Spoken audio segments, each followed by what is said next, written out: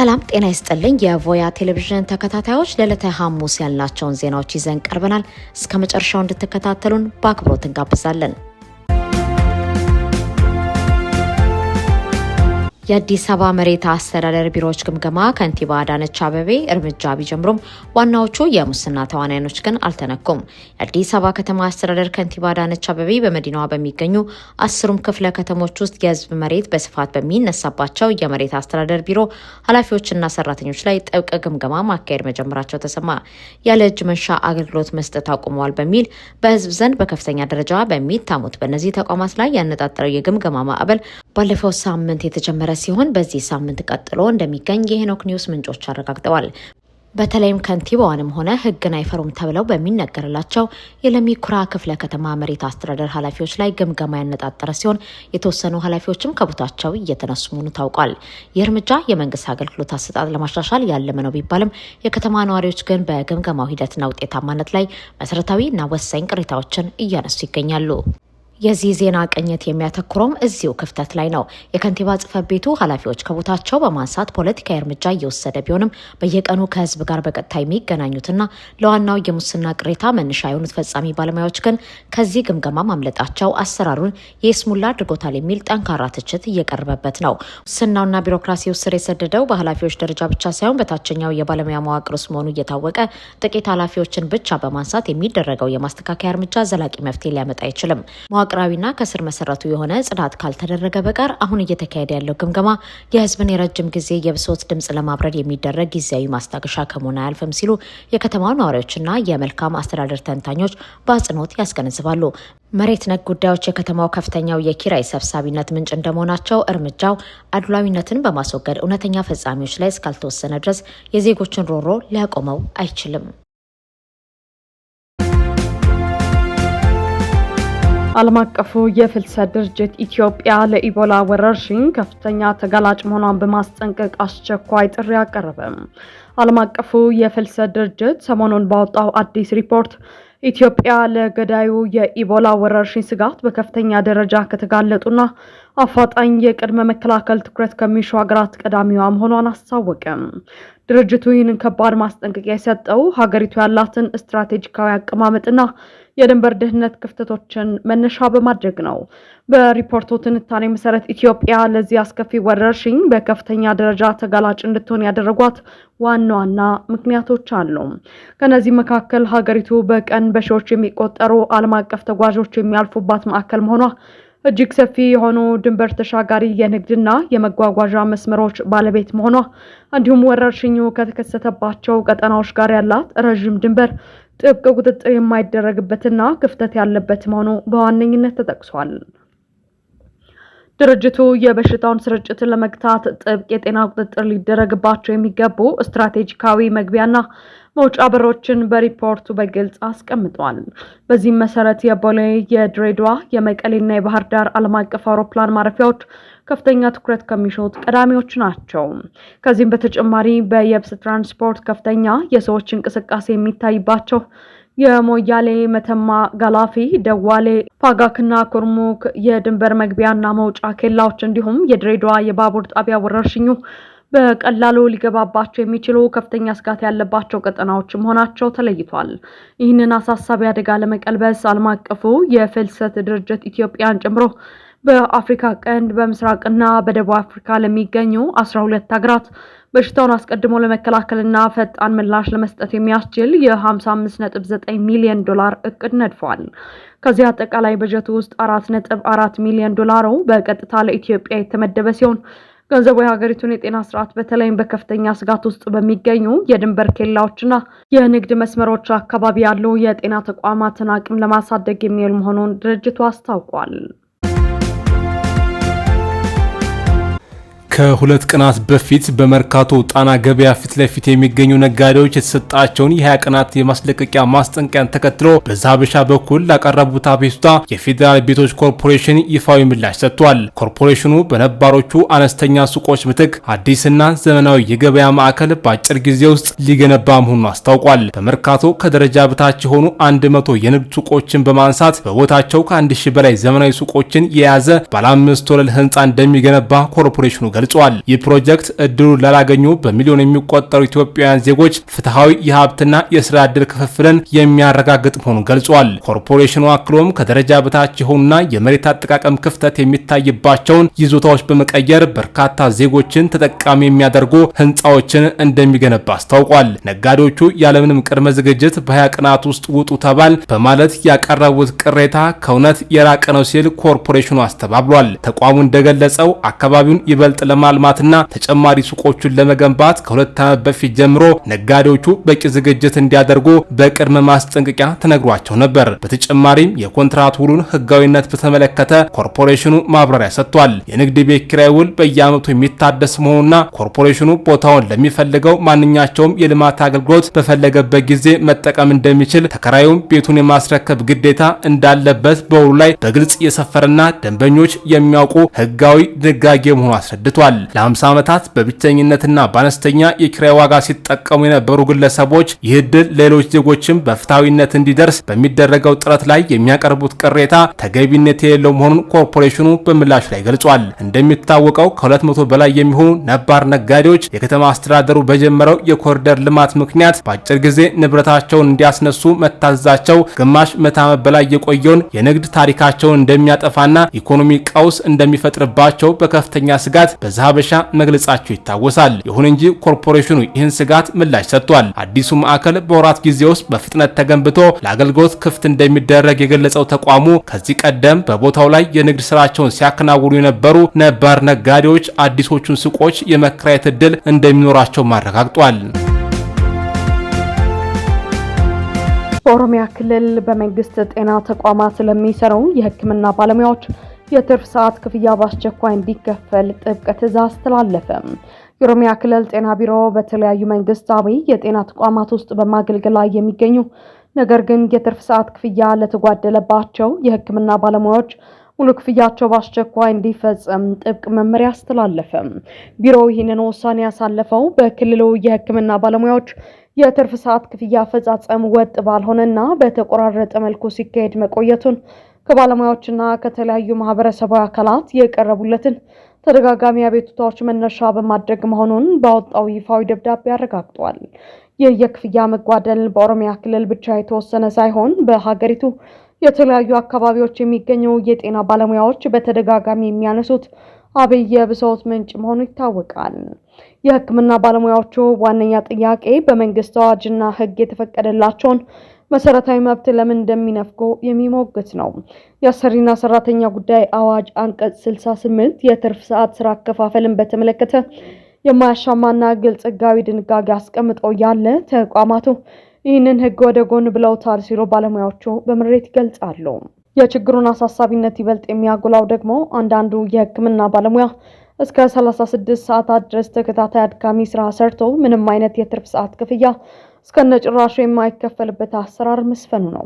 ሐኪሞችና የጤና ባለሙያዎች የህይወት አድን ስራቸውን ወደ ጎን በመተው ያለ በቂ ምክንያትና መነሻ የጥያቄ ድምጽ እንደማያሰሙ የሚሞግቱት የዘርፉ ተንታኞች የጤና ተቋማት አመራሮች የዜጎችን ጤና ለሚጠብቁ ባለሙያዎች የሚገባውን ህጋዊ ክፍያ በመንፈግ በጤናው ዘርፍ ላይ ተጨማሪ ቀውስ ከመፍጠር ሊቆጠቡ እንደሚገባ በአጽንኦት ያሳስባሉ።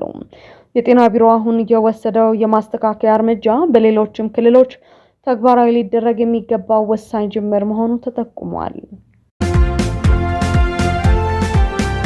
ቦስተን ሄራልድ በትውልድ ኢትዮጵያዊቷ እጩ ሜላት ኪሮስና በኒውዮርክ ከንቲባ እጩ ዞህራን ማምዳኒ ላይ ጠንካራ ትችት ሰነዘረ። ታዋቂው የአሜሪካ ጋዜጣ ቦስተን ሄራልድ ትውልድ ኢትዮጵያዊቷ የኮሎራዶ የኮንግረስ እጩ ሜላት ኪሮስንና የኒውዮርክ ከንቲባ እጩ የሆነውን ዞህራን ማምዳኒን አሜሪካን በተመለከተ በሰጧቸው አስተያየቶች በጽኑ የሚተች ዘገባ ወጣ። ጋዜጣው በዩጋንዳ ተወልዶ በ7 ዓመቱ ወደ አሜሪካ የመጣው ማምዳኒን የትውልድ ታሪክ በማንሳት ትችቱን ይጀምራል። ማምዳኒ በቅርቡ ባደረገው ንግግር ሀያላን ሰዎች አሜሪካን የተወሰኑ ሰዎች የበላይነት የሚያንጸባርቁበት እንዲሁም ትክክለኛ የቆዳ ቀለምና የንግግር ዘዬ ላላቸው ብቻ የተፈጠረች አድርገው ያስባሉ ማለቱን ዘገባው አስታውሷል። ጋዜጣው ግን ማምዳኒ በሚሊዮነር ቤተሰብ ውስጥ ያደገ የተንደላቀቀ ሕይወት የኖረና እውነተኛ ስራ ሰርቶ የማያውቅ ሰው ነው ሲል ወቅሶታል። ከዚህ ይልቅ አንድ ከዩጋንዳ የመጣ ሙስሊም ልጅ የኒውዮርክ ከንቲባ ለመሆን መወዳደር የቻለበት አሜሪካን ነጻነትን ልዩ እድል ሊያመሰግን ይገባው ነበር ብሏል። ቦስተን ሄራልድ የማምዳኒን የፖለቲካ አካሄድ በቅርቡ በኮሎራዶ በኮሎራዶ የዲሞክራቲክ ፓርቲ የኮንግረስ አባልነት የመጀመሪያ ዙር ምርጫ ካሸነፈችው ትውልድ ኢትዮጵያዊት ሜላት ኪሮስ ጋር አመሳስሎታል። ፎክስ ኒውስ ዋቢ አድርጎ ጋዜጣው እንዳስነበበው ሜላት እንደ አውሮፓውያን አቆጣጠር መስከረም 11 ቀን በአሜሪካ ላይ የደረሰው የሽብር ጥቃት በአሜሪካ የውጭ ጉዳይ ፖሊሲ ምክንያት የተከሰተና ቀሪ የማይችል እንደነበር ተናግራለች። ሜላት በሰጠችው ቃለ ምልልስ አሜሪካ በመካከለኛው ምስራቅ የፈጠረችው አለመረጋጋት ሰዎችን ወደ ሁከትና ተጨማሪ ጥቃት እንዲያመሩ አስገድዷቸዋል ማለቷ ጋዜጣው በዘገባው አትቷል። ጋዜጣው በሁለቱ ፖለቲከኞች ላይ የሰነዘረው ጠንካራ ትችት ሲያጠቃልል ሁለቱም የሶሻሊስት አስተሳሰብ አራማጆች አሜሪካ የሰጠቻቸውን ሰፊ እድል ከመቀበል ይልቅ ሀገሪቱን ማጥላላትን መርጠዋል ሲል ወቅሷቸዋል።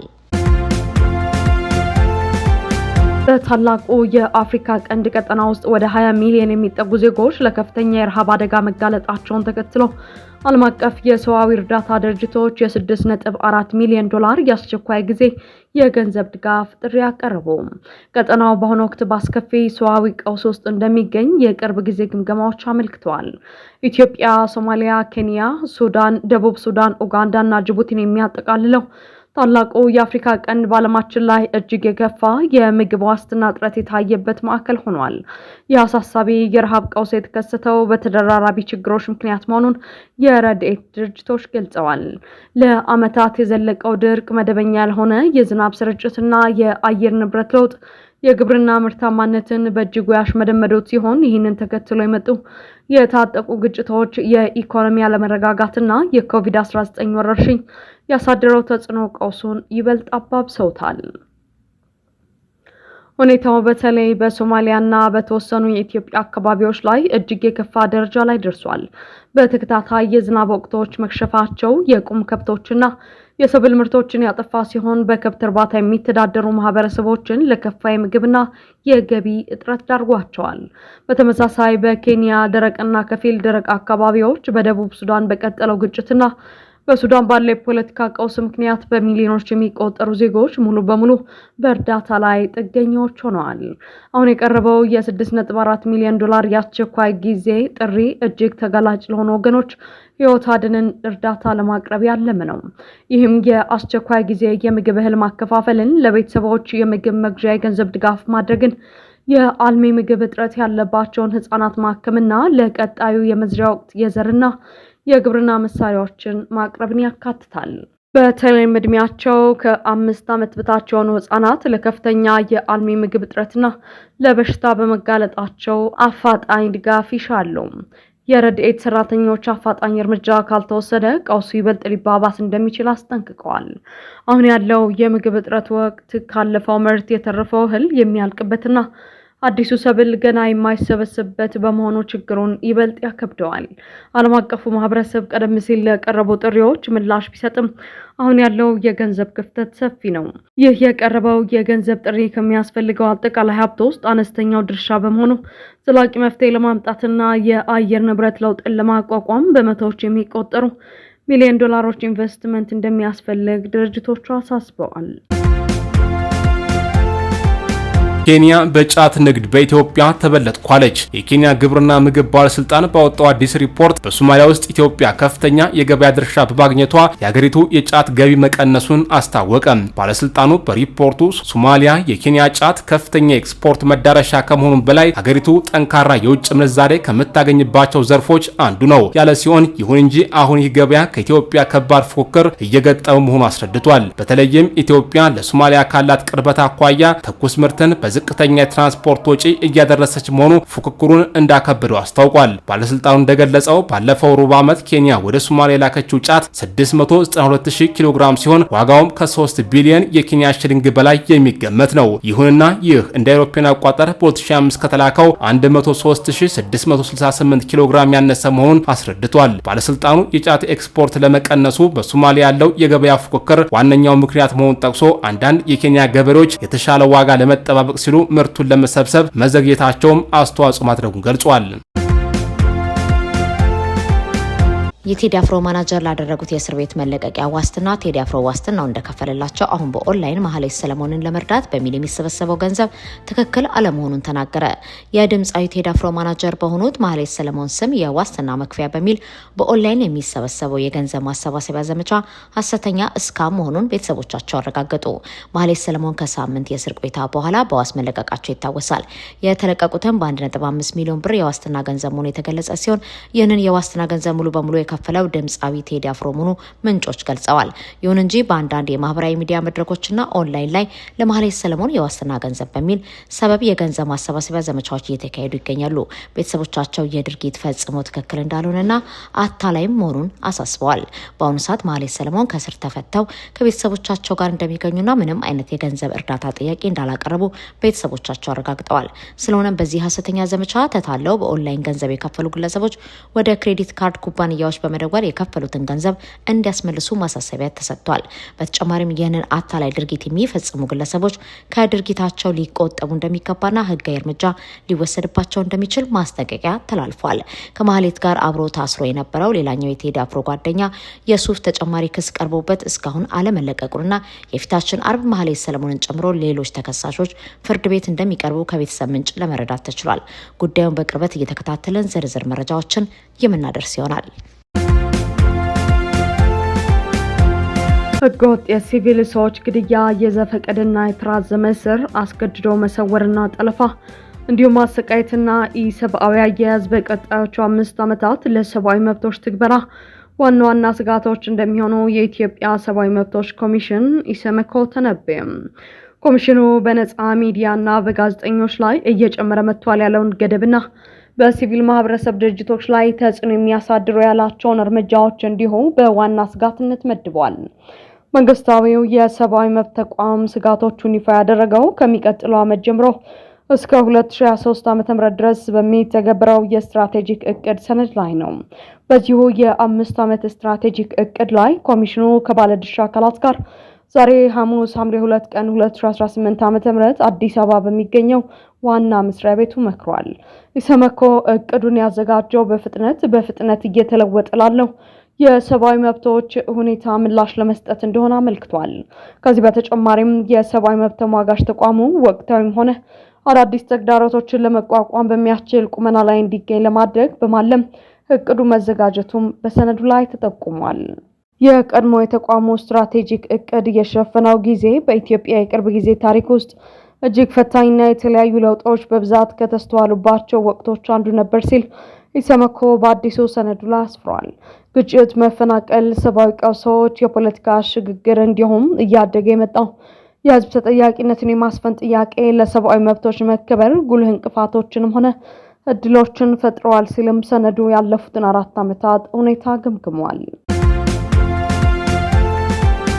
በሊቢያ የሩሲያን ተጽዕኖ ለመግታት ያለመው የአሜሪካ የዲፕሎማሲ እርምጃ የዋሽንግተን ልዑክ ከጀነራል ኻሊፋ ሀፍታር ጋር መከሩ። በአረብና አፍሪካ ጉዳዮች የአሜሪካ ከፍተኛ አማካሪ ከሊቢያ ብሔራዊ ጦር አዛዥ ጀነራል ኻሊፋ ሀፍታር ጋር በቤንጋዚ ከተማ ስትራቴጂካዊ ውይይት ማካሄዳቸውን አስታወቁ።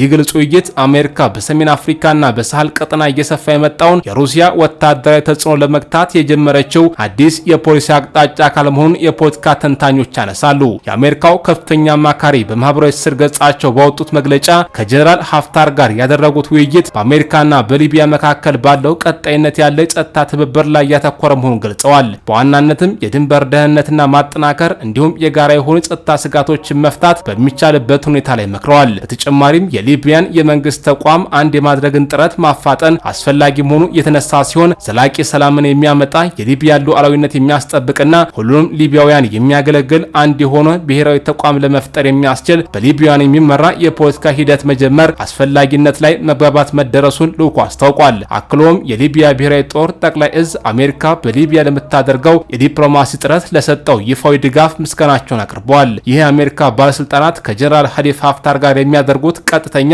የዲፕሎማሲ ግንኙነት ከቃላት ባለፈ ጥልቅ የሆነ የፖለቲካ እንድምታ አለው። የመጀመሪያው የሩሲያን ተጽዕኖ መግታት ነው። ዋሽንግተን ለዓመታት በምዕራብ ሊቢያ ትሪፖሊ ከሚገኘውና በዓለም አቀፍ ደረጃ እውቅና ከተሰጠው መንግስት መንግስት ጋር ብቻ ስትሰራ የቆየች ቢሆንም አሁን ግን በምስራቅ ሊቢያ ጠንካራ ኃይል ወዳላቸው ሀፍታር ዘወር ማለቷ የፖሊሲ ለውጧን ያሳያል። ሩሲያ አፍሪካ ኮርፕስ የተባለ በሚጠራው ኃይሏ አማካኝነት በምስራቅ ሊቢያ የገነባቸው ወታደራዊ ሰፈርና ተጽዕኖን ለመቀልበስ አሜሪካ ከሀፍታር ጋር የጸጥታ ትብብር በማድረግ ጀነራሉ በሞስኮ ላይ ያላቸውን ጥገኝነት እንዲቀልሱ ግፊት እያደረገች ነው። ሁለተኛው የድንበር ደህንነትና የሳህል ቀጠና ጉዳይ ነው። በመግለጫው ላይ የድንበር ደህንነት ተብሎ የተጠቀሰው ጉዳይ ትልቅ ክብደት አለው። የሊቢያ ደቡባዊ ድንበር ከኒጀር፣ ቻድና ሱዳን ጋር ይዋሰናል። በአሁኑ ወቅት የሳህል ቀጠና ሀገራት ኒጀር፣ ማሊ፣ ቡርኪና ፋሶ ከምዕራባውያን እየራቁ ወደ ሩሲያ እያዘነበሉ ነው። አሜሪካ በሊቢያ በኩል የሚደረገውን የጦር መሳሪያ፣ የህገወጥ ስደተኞችና የአሸባሪ ቡድኖች ዝውውር ለመግታት የሀፍታር ጦር ወሳኝ ሚና እንዳለው ትገነዘባለች። ሌላው የሊቢያ ሁለት መከፈል የሀገሪቱን የነዳጅ ምርትና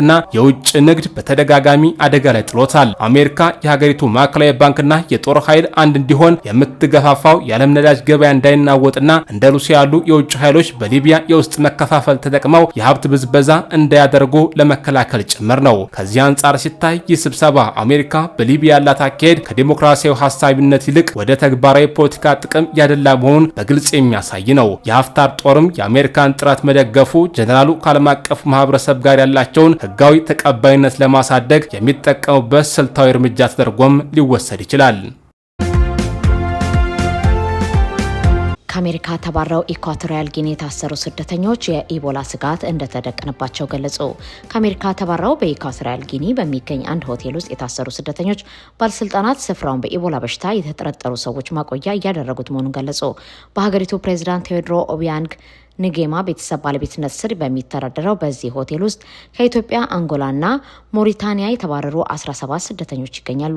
እነዚህ ስደተኞች ወደ ስፍራው የተወሰዱት የትራምፕ አስተዳደር ከሀገሪቱ ጋር በደረሰው የሶስተኛ ሀገር የስደተኞች ማባረር ስምምነት መሰረት ነው። ስማቸው እንዳይጠቀስ የፈለጉ ስደተኞችና ጠበቆቻቸው እንዳረጋገጡት ባለፈው ሳምንት በኢቦላ የተጠረጠሩ አንድ ግለሰብ የሕክምና መከላከያ ልብስ በለበሱ ባለሙያዎች ወደ ሆቴል መጥተው ስደተኞች ካሉበት ወለል ዝቅ ብሎ በሚገኝ ክፍል ውስጥ እንዲቆይ ተደርጓል። ከተወሰነ ቀናት በኋላም አንዲት ሴት በተመሳሳይ ሁኔታ ወደ ስፍራው መምጣቷ ተገልጿል። ስደተኞች በበኩላቸው ምንም አይነት የንጽህና መጠበቂያ፣ የፊት ጭንብልም ሆነ የጸረ ተዋሲያን እንዳልተሰጣቸውና ማንም መረጃ እየሰጣቸው እንዳልሆነ በምሬት ተናግረዋል። የትራምፕ አስተዳደር ህገወጥ ስደትን ለመግታት በሚል ኢኳቶሪያል ጊኒን ጨምሮ ከበርካታ የአፍሪካ ሀገራት ጋር ሚስጥራዊ ስምምነቶች አድርጓል። ኢኳቶሪያል ጊኒም ይህንን ሆቴል ወደ ማቆያ ማዕከልነት የቀየረችው የ7.5 ሚሊዮን ዶላር ስምምነት መፈራረሟን ተከትሎ ነው።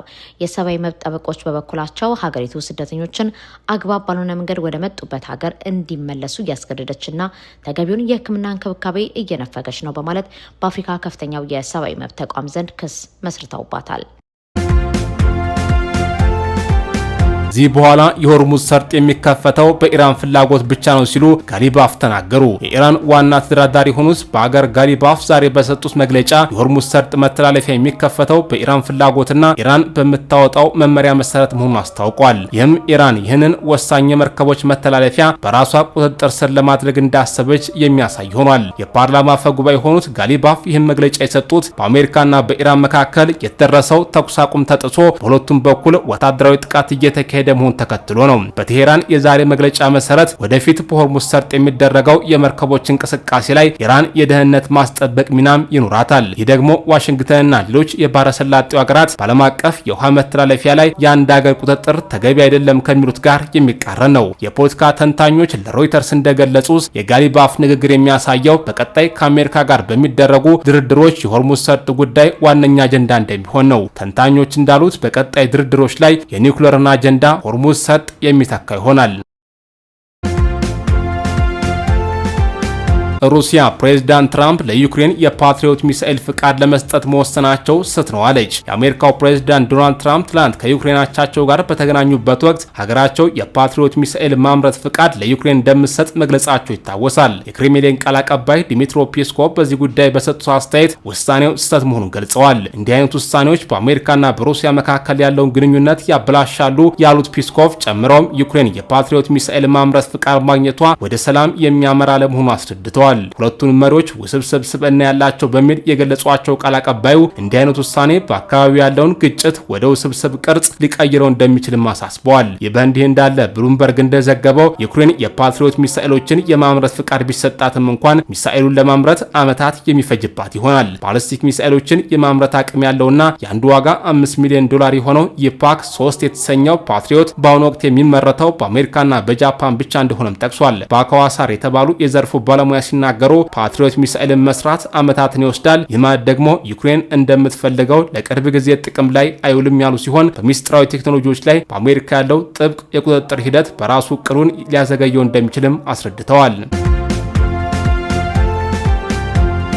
የኢትዮጵያ ኤሌክትሪክ ኃይል በምስራቅ አፍሪካ ሀገራት መካከል ድንበር ተሻጋሪ የኤሌክትሪክ ንግድን ለማሳለጥ የሚያስችሉ መሰረተ ልማቶች ሙሉ በሙሉ መጠናቀቃቸውን አስታወቀ። ይህ የተገለጸው የምስራቅ አፍሪካ የኃይል ቋት አባል ሀገራት የቀጠናው የኃይል ትስስር ለማጠናከር ያለመና የአስተዳደር ማሻሻያዎችን በሚመክርበት በአዲስ አበባ ስብሰባቸው ላይ ነው። የተቋሙ ዋና ስራ አስፈጻሚና የምስራቅ አፍሪካ የኃይል ቋት ስራ አስፈጻሚ ኮሚቴ ሰብሳቢ የሆኑት ኢንጂነር አሸብር ባልቻ በ37ኛው ልዩ ስብሰባ ላይ እንደተናገሩት የዚህ መሰረተ ልማት መጠናቀቅ የቀጠናውን የኃይል ትስስር ከማሳደግ አኳያ ትልቅ እርምጃ ነው። ስብሰባው አባል ሀገራቱ ያቀረቧቸውን በመንግስታትና ተቋማት መካከል ያሉ የመግባቢያ ሰነዶችን እንዲሁም ተያያዥ የአስተዳደር መመሪያዎችን እየገመገመ ይገኛል። አባል ሀገራቱ አስተማማኝና ቀጣይነት ያለው ኤሌክትሪክ አቅርቦትን በማረጋገጥ በቀጠናው ያለውን የኃይል እጥረት ለመቅረፍ በትብብር እንደሚሰሩ የገለጹት ዋና ስራ አስፈጻሚው ሀገራቱ በነጻነት ኃይል የሚገዙበትና የሚሸጡበት ድንበር ተሻጋሪ ኤሌክትሪክ ገበያ ለመፍጠር እየተሰራ መሆኑን አብራርተዋል። ለዚህም ይረዳ ዘንድ የገበያ ህጎች የአሰራር ሂደቶችና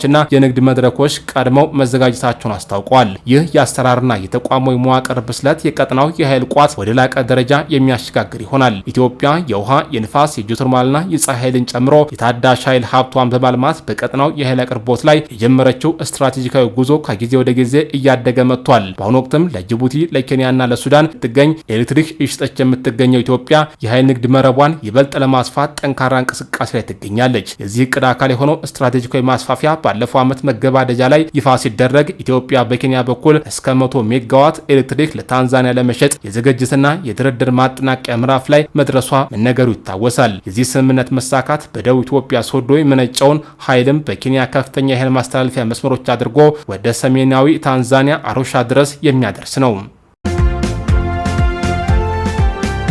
የእስራኤሉ ጠቅላይ ሚኒስትር ቤንያሚን ኔታንያሁ ከኢራን ጋር ያለው ጦርነት እንዳልተጠናቀቀ አስታወቁ።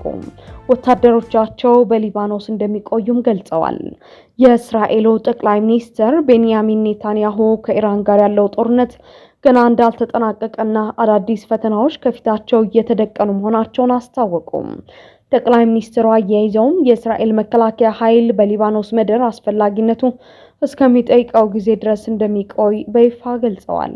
ኔታንያሁ ለእስራኤል መገናኛ ብዙሃን በሰጡት መግለጫ የኢራን ገዢ አካል ከባድ ድብደባ እንደደረሰበት ጠቅሰው ነገር ግን የእስራኤል ፖሊሲ ምንጊዜም ግልጽ መሆኑን አብራርተዋል። ይህም ዓለም አቀፍ ስምምነት ቢኖርም ባይኖርም ኢራን በምንም አይነት ሁኔታ የኒውክሌር መሳሪያ ባለቤት እንድትሆን አለመፍቀድ መሆኑን በአጽንኦት ተናግረዋል። ጦርነቱ ገና አለመጠናቀቁንና አዳዲስ ቀጠናዊ ተግዳሮቶች መፈጠራቸውን አክለው ገልጸዋል። ጠቅላይ ሚኒስትሩ በንግግራቸው ወቅት እስራኤል አስቀድማ አስፈላጊውን ወታደራዊ እርምጃ ባትወስድ ኖሮ ኢራን አሁን ላይ የኒውክሌር ታጣቂ ሀገር ትሆን ነበር የሚለውን በተደጋጋሚ የሚያነሱት መከራከሪያ በድጋሚ አንስተዋል።